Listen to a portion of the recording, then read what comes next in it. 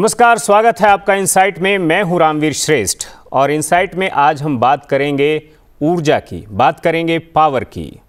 और एक बात आती है कि बड़ा आदमी कौन, तो आप उसको सरल भाषा में ऐसे समझ सकते हैं कि जो जितना ज़्यादा पावर का यानी ऊर्जा का इस्तेमाल करता है वो उतना बड़ा आदमी है। बस इसे समझते जाइए और इसी हिसाब से आप देशों को भी समझते जा सकते हैं। जिन देशों को आज आप विकसित देश कहते हैं वो ज़्यादा पावर का इस्तेमाल करते हैं। मतलब पावर और विकास के बीच में, पावर और डेवलपमेंट के बीच में, ऊर्जा और विकास के बीच में एक तालमेल है, एक लय है। और इस लय को भारत ने भी समझा है और इस लय को भारत में दूसरा संस्करण जो है इस बात को लेकर के भारत मंडपम में उसे आयोजित किया गया, जिसे नाम दिया गया ऊर्जा वार्ता 2025।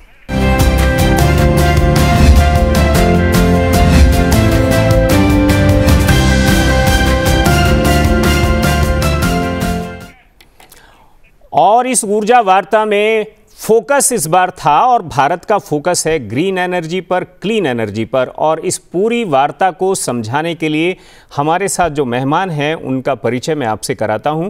हमारे साथ प्रोफेसर हरीश हिरानी हैं, आप निदेशक हैं RGIPT के। आपका बहुत बहुत स्वागत है हिरानी साहब। और हमारे साथ मनोज कुमार उपाध्याय हैं, आप डिप्टी एडवाइज़र हैं नीति आयोग के। आपका बहुत बहुत स्वागत है। और इस सारी चर्चा को उपाध्याय जी हम आपसे शुरू करना चाहेंगे। भारत में अभी तक चिंता इस बात को लेकर थी कि सबके घर में रोशनी पहुँचे, सबके घर तक बल्ब जले, ये चिंताएं थी। और इन चिंताओं से आगे निकल करके उस ऊर्जा को कैसे हम विकसित भारत के रोड मैप का हिस्सा बनाएं, कैसे हम उसे आगे बढ़ाएं, इस पर बातें भी चल रही हैं और इस पर एग्जीक्यूशन भी चल रहा है। लेकिन इसका पूरा रोड मैप क्या है, ये देश को आसान शब्दों में आप कैसे समझा सकेंगे? जी बहुत बहुत धन्यवाद। जैसे आपने बताया कि हम लोग को ऊर्जा की जरूरत है और ऊर्जा का तालमेल है विकास से। बिल्कुल। तो भारत ने अपनी ऊर्जा नीति बनाई और उसमें स्वच्छ ऊर्जा और अफोर्डेबल, तो तीन शब्द हैं जो जिसमें हम लोग क्लीन एनर्जी, स्वच्छ ऊर्जा और रिलायबल एनर्जी जो लगातार मिलती रहे, और अफोर्डेबल जो सस्ते दाम पे मिल सके, ये तीन बिंदुओं पर विशेष ध्यान देते हुए ऊर्जा नीति पे काम किया गया। और हम लोगों ने, भारत ने 500 गीगावाट का स्वच्छ ऊर्जा का एक लक्ष्य रखा कि 2030 तक हम 500 गीगावाट ये ऊर्जा हम लोग उत्पादित करेंगे भारत देश के अंदर में। और लगभग हर एक घर को हम लोग स्वच्छ ऊर्जा पहुंचाने का काम करेंगे, जिसके अंदर में प्रधानमंत्री की जो सबसे बड़ी स्कीम, जो सबसे बड़ी पहल रही है, वो PM सूर्य घर मुफ्त बिजली योजना रही है, जिसमें हम लोग हर घर पे लगभग 1 करोड़ घर का टारगेट किया गया है कि छत पर सोलर रूफटॉप लगाएंगे। तो अभी 4 दिन पहले हम लोगों ने अपने जो ऊर्जा की आवश्यकता है, उस ऊर्जा की आवश्यकता में लगभग 50% हम लोग क्लीन एनर्जी, स्वच्छ ऊर्जा हम लोग शामिल कर चुके हैं। तो जो कि हमारे जो NDC टारगेट है, इसका हम लोगों ने 5 साल पहले ही हम लोगों ने प्राप्त कर लिया है। तो हम लोग अपने देश में ऊर्जा की आवश्यकता को पूरा करते हुए अफोर्डेबिलिटी, रिलायबिलिटी और क्लीन, इन तीनों चीजों को मेंटेन करते हुए आगे बढ़ रहे हैं। जैसे आपने बताया कि किस तरह से हमें आगे और जरूरत पड़ सकती है, तो आने वाले समय में हम लोगों ने विकसित भारत 2047 का जो लक्ष्य रखा है कि जब हमारा देश 47 में 100 वर्ष पूरा कर रहा होगा अपनी स्वतंत्रता के, तो उस समय हम लोग के पास जो ऊर्जा होगी वो कितनी स्वच्छ होगी। तो लगभग 47 तक हम लोग अपना 80 से 90% ऊर्जा को स्वच्छ ऊर्जा में कन्वर्ट कर चुके होंगे। बिल्कुल। तो इस तरह से हम लोग अपनी एक नीति बना करके नीतिगत तरीके से काम कर रहे हैं, जिसमें विभिन्न राज्य उसमें सपोर्ट कर रहे हैं। कई राज्य काफी अच्छे आगे जा रहे हैं, कई राज्यों को हम लोग मदद कर रहे हैं, उनको आगे ला रहे हैं। बिल्कुल। यहाँ पर हमारे साथ में प्रोफेसर हरीश हिरानी जुड़े हुए हैं। प्रोफेसर साहब, थर्मल पावर की बात करें, हाइड्रो पावर की बात करें, विंड पावर की बात करें, बायो पावर की बात करें और क्लीन एनर्जी के का सबसे बड़ा इनिशिएटिव सोलर पावर की बात करें, ये बहुत तेज़ी से ये सब कुछ विकसित हो रही है। तो क्या हम एक बात ये भी कह सकते हैं कि ये ऊर्जा को लेकर एक ट्रांजिट फेज है, ये एक बदलाव का दौर है जिसमें हम ऊर्जा के नए नए आयाम और नए स्रोतों को भी तलाश रहे हैं? बिल्कुल, आप कह सकते हैं ऐसा। जैसे मनोज जी ने बताया ग्रीन एनर्जी पे ज़्यादा काम कर रहे हैं, तो अब ट्रांजिशन देखें तो ई व्हीकल ज़्यादा होने लगे हैं। बिल्कुल। और फ्यूचर में 2030 में हमने माना है कि 50% तक अगर व्हीकल ई व्हीकल हो जाए, या 2032 तक हो, अगर 30 में नहीं हो पाते हैं तो ये चेंज है। बट इसको अगर दूसरे वे में देखें तो इंडिया में अभी भी इंपोर्ट बहुत ज़्यादा हो रहा है। 85% प्लस में हम ऑयल इंपोर्ट कर रहे हैं। बिल्कुल। और उसमें भी करीब 30% कंट्रीब्यूशन इंडियन ऑयल, जो ऑयल इंपोर्ट करते हैं, उसका है। तो हमें ओनली ग्रीन एनर्जी पे ही नहीं ध्यान देना है। 2047 तक जो हम कर रहे हैं उसमें अपने भी ऑयल जो स्रोत हैं, रिसोर्सेस हैं, उनका भी एक्सप्लोरेशन करना है। और जहाँ तक मुझे मालूम है कि 26 बेसिन है इंडिया में, अभी तक हमने ओनली 7 बेसिन से ही एक्सट्रैक्ट करना शुरू किया है। दैट मीन्स हम करीब 30% से निकालते हैं, 70% अभी भी है। तो इस काम में प्रोफेसर साहब कुछ सुस्ती की बातें पहले से भी होती रही हैं, इसकी कोई खास वजह बता सकेंगे आप? नहीं, सुस्ती का मुझे पता नहीं, बट क्या होता है कि आप जब टेक्नोलॉजीज पे आते हैं तो बहुत इम्पोर्टेंट है। और मोreover ये एक, जैसे कहते हैं ना, तीर लगाना सही डायरेक्शन में, सही पॉइंट पे पहुंचे। तो जब ऑयल एक्सट्रैक्ट करते हैं तो एग्जैक्ट लोकेशन पता नहीं होती है, कौन से होल्स का, में से कौन सा वेल ड्रिल करने से हमें ऑयल मिलेगा। ये पता है ऑयल है, बट कैसे जाना है, इसलिए टेक्नोलॉजी की जरूरत है।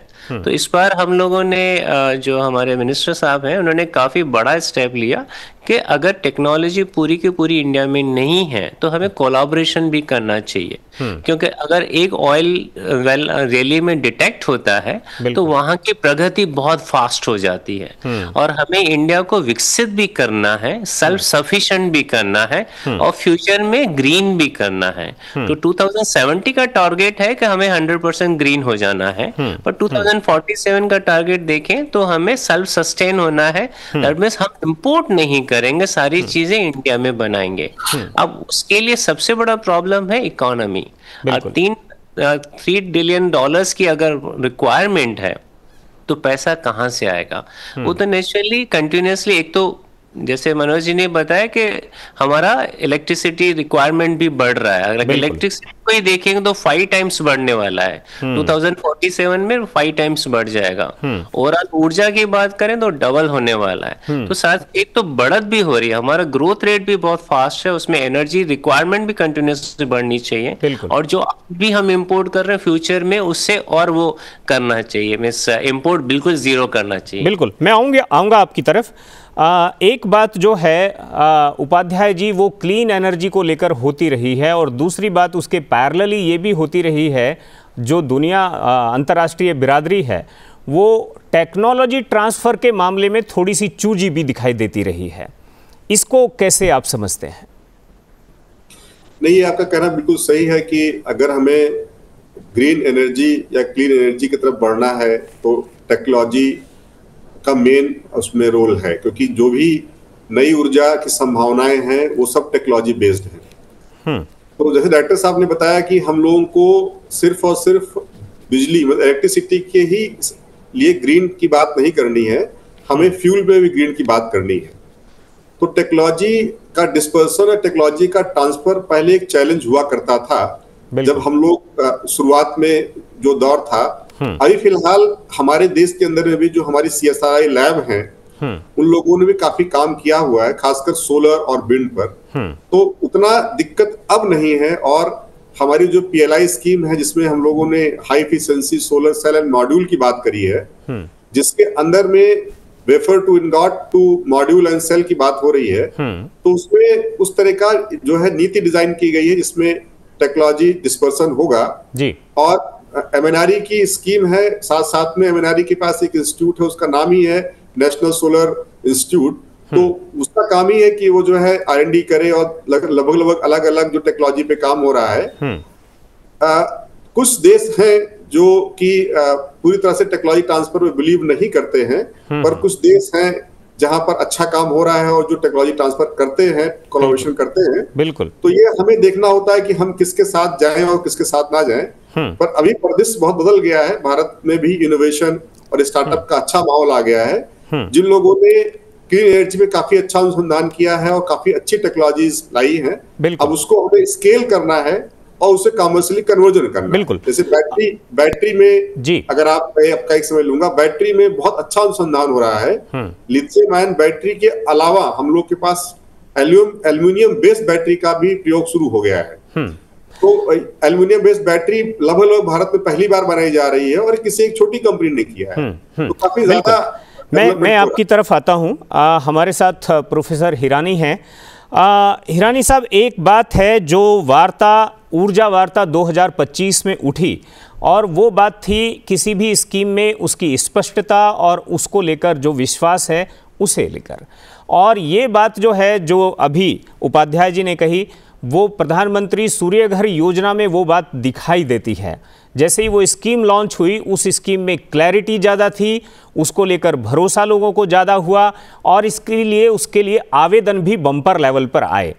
लेकिन कई स्कीम ऐसी भी होती हैं, एक बार मेरे साथ ही यहाँ पर एक मेहमान ने भी कहा कि इस योजना में ज़्यादा क्लैरिटी नहीं है, मैं नाम नहीं लेना चाहूँगा, लेकिन ये एक बात उठी है, और बात उठी है तो बात का कोई मतलब है।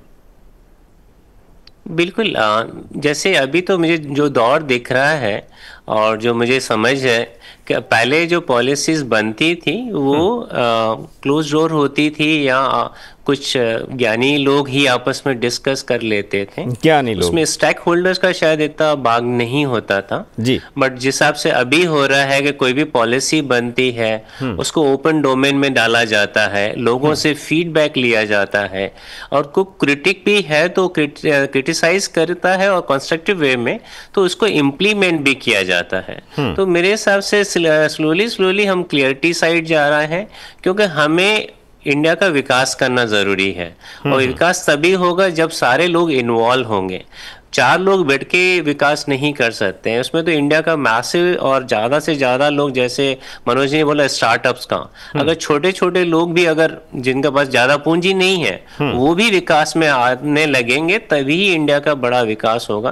तो मेरे हिसाब से ट्रांसपेरेंसी, क्लियरिटी धीरे धीरे बहुत आ रही है, और ये भी गलत होगा अगर हमारी कुछ मिस्टेक्स हैं या हमारी टेक्नोलॉजी नहीं है और हम उसको छुपाएं।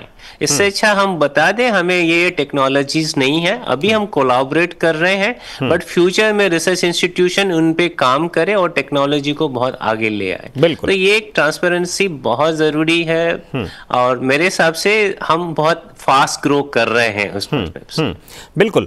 उपाध्याय जी, एक बात ये भी है कि एक बार ये बात भी समझने की ज़रूरत है, आप उसे ज़्यादा अच्छे तरह से देश को समझा सकेंगे, बता सकेंगे कि भारत में ज़मीन के नीचे और ज़मीन के ऊपर जो पावर के रिसोर्सेस हैं, उन रिसोर्सेस का क्या हम पूरा इस्तेमाल, पूरा दोहन हम कर पा रहे हैं, या कितना प्रतिशत कर पा रहे हैं? या मैं एक लाइन में अगर इस बात को कहूँ तो ऊर्जा का भविष्य और भविष्य की ऊर्जा, इसको हम कैसे समझ रहे हैं? आपने जैसे कहा कि जमीन के ऊपर हमारे पास बहुत सारे रिसोर्सेस हैं, बहुत ऐसे प्रदेश हैं जहाँ पे पहाड़ियाँ हैं, अगर उसमें हम बायोगैस या बायो मास ज़्यादा से ज़्यादा क्रिएट कर सकते हैं, उससे बहुत फायदा होगा, क्योंकि हमारा एक नेचुरल गैस अभी भी हम बहुत ज़्यादा इंपोर्ट करते हैं। अगर उसको में से बायोगैस बना के और उसका कार्बन डाइऑक्साइड निकाल के उसको काइंड ऑफ नेचुरल गैस बनाएं या मीथेनेशन ज़्यादा करें, तो हमारे पास बहुत सारे रिसोर्सेस हैं जो मुझे मोटा मालूम है शायद हम अभी तक लेसर देन 5% ही उसको एक्सप्लोर कर पाए हैं। तो फ्यूचर 95% हमारे पास है। सिमिलरली पेट्रोल या जो क्रूड ऑयल कहेंगे वो भी बहुत है, हमें जो एंटीसिपेटेड है, जो न्यू टेक्नोलॉजीज बता रही हैं, और जिससे हम और मॉडर्न टेक्नोलॉजी से और जैसे जैसे आगे बढ़ेंगे तो उनकी क्वांटिटी भी बहुत स्पष्ट होती जाएगी। बिल्कुल। उपाध्याय जी, हिरानी साहब कह रहे हैं कि हम बायो एनर्जी जो हमारे पास है, जमीन के ऊपर है, हम कुल मिलाकर के 5% ही अभी उसका दोहन कर पाए हैं, संभावनाएं बहुत हैं, क्या कहेंगे आप?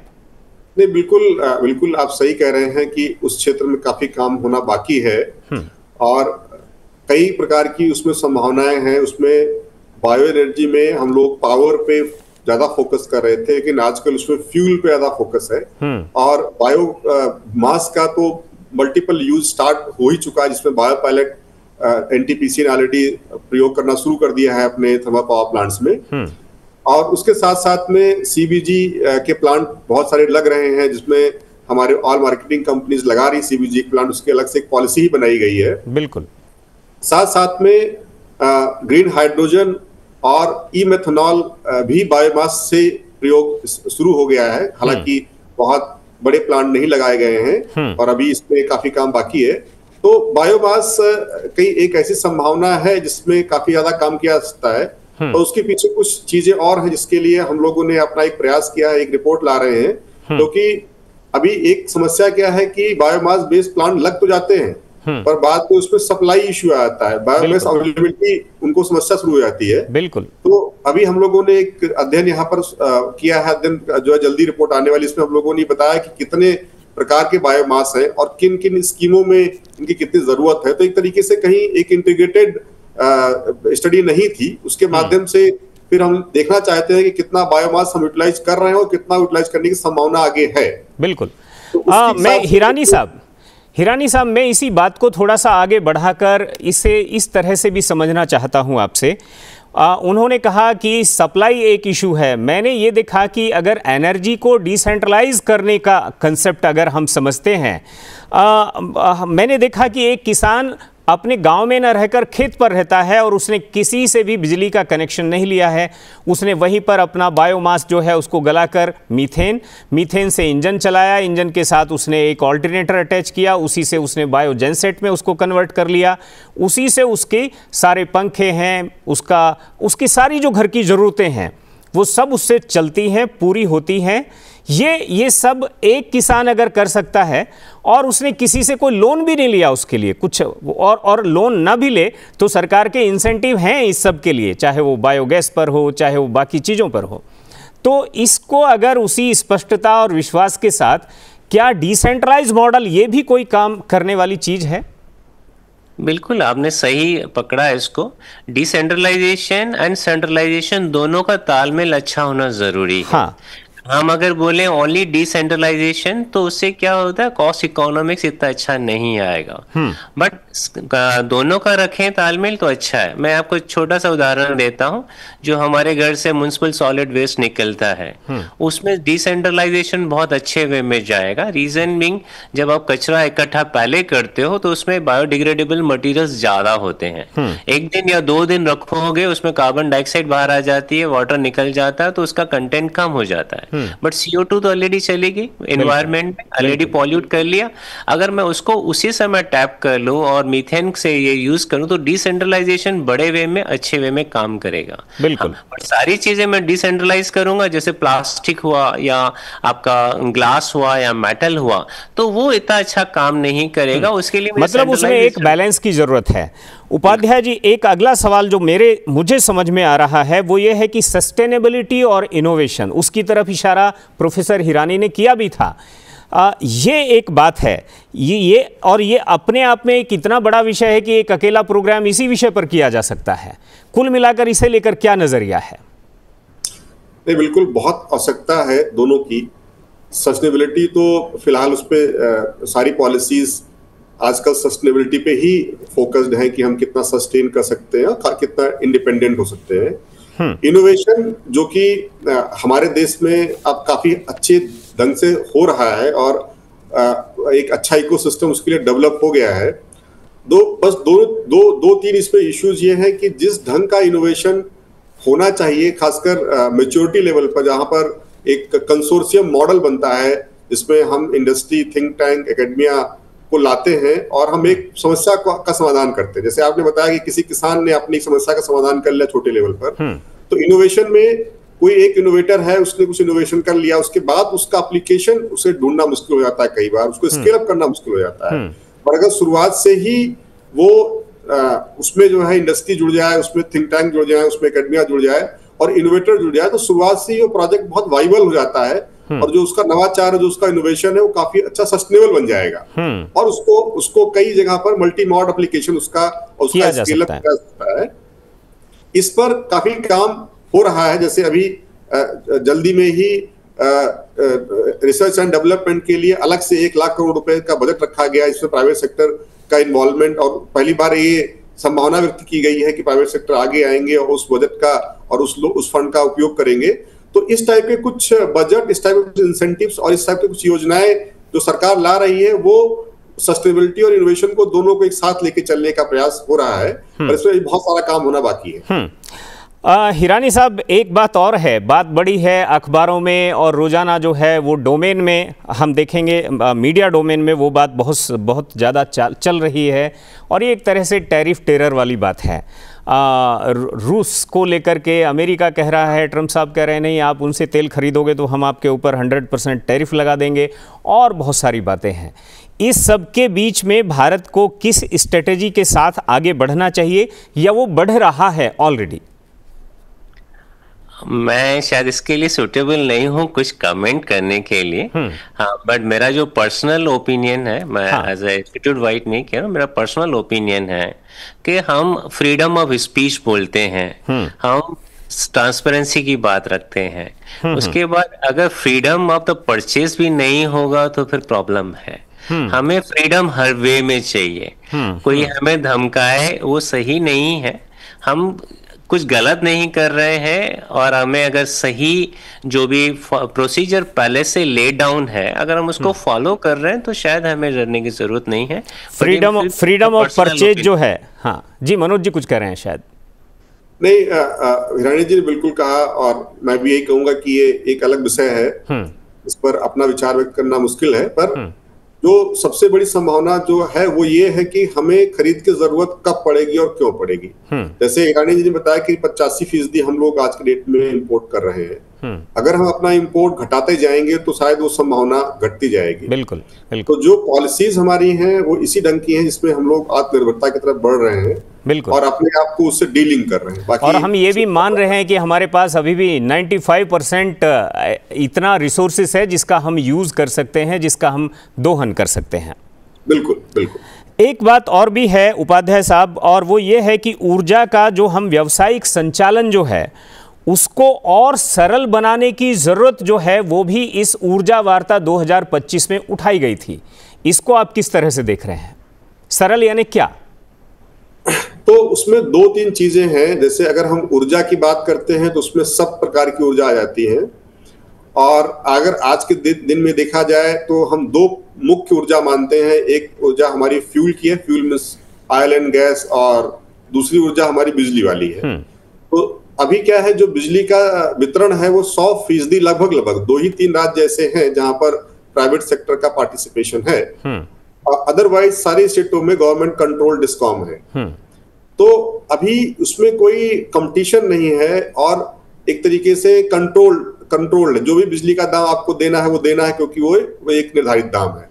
प्लस जो क्वालिटी है वो वही इंश्योर कर रहे हैं। आपके पास कोई और तरीका नहीं से अभी कहा गया कि आपके पास right of freedom of purchase होना चाहिए। तो ऊर्जा के क्षेत्र में डोमेस्टिक घरेलू ऊर्जा में भी अभी क्या फ्रीडम ऑफ परचेज उतनी नहीं है। अगर आपको पेट्रोल खरीदना है तो 4-5 पेट्रोल पंप हैं, पर बहुत सारी और कंपनियां क्योंकि उसमें आ रही हैं। गैस आपको एलपीजी ही लेनी है, या सीएनजी लेनी है, या पीएनजी लेनी है। तो पहला तो प्रश्न ये है कि इसमें बहुत सारे प्राइवेट सेक्टर के निवेश की पूरी संभावना है, जो कि बेहतर गुणवत्ता और बेहतर, ज्यादा दुकानें होंगी तो कंपटीशन बढ़ेगा, और मूल्य भी बहुत गिरेगा। क्योंकि अभी आज के दिन में जो ऊर्जा का मूल्य है वो काफी हद तक गिरना चाहिए अगर हम अफोर्डेबिलिटी की बात करते हैं, और वो बिना कंपटीशन के नहीं गिरेगा।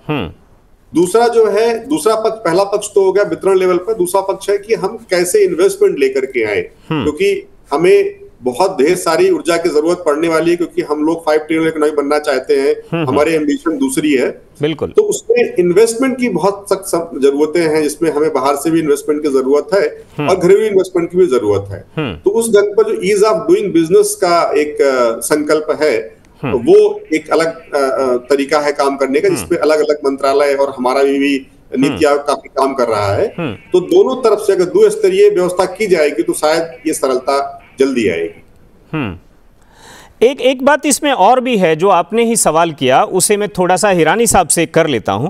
सोलर को लेकर के एक बात उसके प्रोडक्शन का भी है, एनर्जी प्रोडक्शन को लेकर के जो प्रोड्यूसर हैं उनका कहना यह है कि जब हम शुरू में प्लांट लगा रहे थे तब सरकार उसका जो पर यूनिट चार्ज जो है वो कुछ और तय कर रही थी, और आज 10 साल बाद ही उसके चार्जेस घट करके बहुत नीचे आ गए हैं।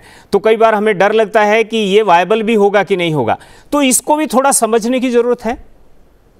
बिल्कुल, ये जो डायनामिक पॉलिसीज हैं, हाँ, और गवर्नमेंट तो चीजें फिक्स नहीं कर सकती। जैसे जैसे रिक्वायरमेंट बढ़ती जाएगी या कम होती जाएगी उस हिसाब से चीजें चेंज होंगी। अगर हाँ, सोलर पैनल का अगर एफिशिएंसी हम बढ़ाएंगे नहीं ज्यादा या उसका क्लीनिंग मेथड ढंग से नहीं रखेंगे तो थोड़ा सा इश्यूज आ सकते हैं।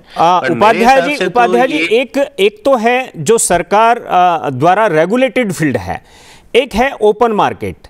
ओपन मार्केट की मैं बात नहीं कर रहा हूं, लेकिन जब आप पावर परचेजिंग एग्रीमेंट की बात करते हैं तो उस समय में लोगों का थोड़ा सा चिंता यह है, अगर आप उनको फ्री छोड़ते हैं तो तब तो कोई दिक्कत ही नहीं है।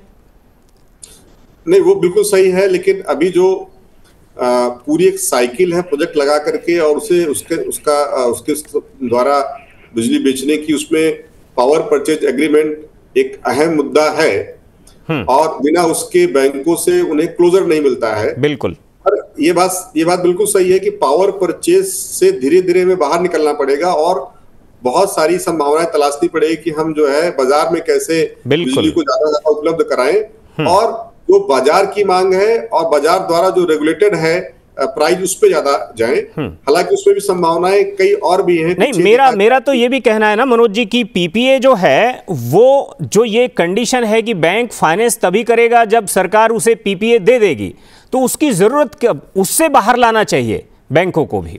हाँ, तो वही जो अभी आपने कहा ना कि एक सरलता, तो जो हमने कहा ईज ऑफ डूइंग बिजनेस का एक पार्ट है। हाँ, उसमें किस तरह से कॉन्ट्रैक्ट, क्योंकि ये सब कॉन्ट्रैक्ट एग्रीमेंट का हिस्सा है, किस तरह से कॉन्ट्रैक्ट डिजाइन होना है जिसमें बैंकों को ये सहूलियत मिले कि अगर हमारा प्रोजेक्ट एनपीए हो जाता है, क्योंकि मान लीजिए वो तो बिजली बेचने वाला है, बिजली बेच करके ही पैसा देगा, तो अगर उसके पास पीपीए नहीं है, लॉन्ग टर्म पीपीए नहीं, तो बैंक को एश्योरिटी नहीं है कि पैसा कहां से आएगा, कैसे ये पैसा मुझे मिलेगा।